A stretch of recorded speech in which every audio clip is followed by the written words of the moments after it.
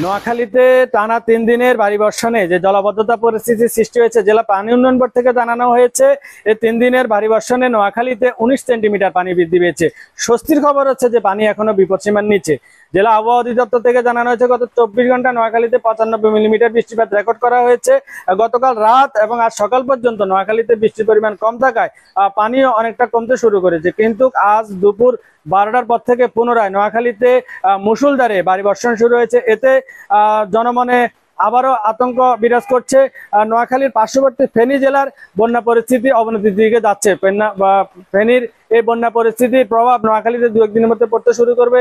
এজন্য নোয়াখালী জেলা প্রশাসন থেকে আগাম বন্যা মোকাবেলায় নোয়াখালী জেলা প্রশাসন থেকে নানা ধরনের পদক্ষেপ হাতে নেওয়া হচ্ছে। এরই মধ্যে নোয়াখালীর 9টি উপজেলায় 466টি আশ্রয়কেন্দ্র প্রস্তুত রাখা হয়েছে। এর মধ্যে 19টি আশ্রয়কেন্দ্রে 68টি পরিবার আশ্রয় নিয়েছে। পাশাপাশি নোয়াখালীর 3টি উপজেলায় বিশেষ করে সদর, কোম্পানিগঞ্জ, কবিরহাট লক্ষাধিক পরিবার পানিবন্দী অবস্থায় আছে। এ হচ্ছে নোয়াখালীর বৃষ্টি, জলাবদ্ধতা এবং বন্যার সংখ্যা নিয়ে আমার কাছে সর্বশেষ।